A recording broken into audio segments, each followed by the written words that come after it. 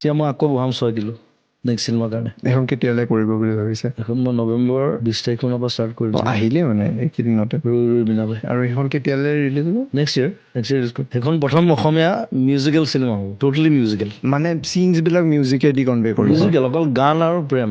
Okay. Musical love story. Musical আছে অঁ। আৰু নীল আকাশ গান গাই যায় মই তাকো এক্টিং কৰাম প্ৰথম। তেওঁ এক্টিং কৰিব? 2টা ছিংগাৰ ষ্টৰী আচলতে। অ'কে। আৰু এটা ছিংগাৰ আচুৰ্য, সিও এক্টিং কৰিব। আপুনি কি ঠিকা এটা লৈ লৈছে নেকি? গোটেই ছিংগাৰৰ এক্টৰ 3টা ছিংগাৰ একেলগে জমিবই মজা বেলেগ লাগিব মানে বস্তুটো। আৰু 2টা গান বাহিৰত শ্বুট কৰিম আমি। এইখনতো মোক একদম অদ্ভুত আৰু মোৰ নিজৰ ষ্টৰী। মই এটা ব্লাইণ্ড ছিংগাৰ। সেইটো এটা ইণ্টাৰেষ্টিং পাৰ্ট হ'ব। সেইটো প্ৰেক্টিচ কৰিব লাগিব ন? বাথৰুমত 2বাৰ পৰিলোঁ অলৰেডি।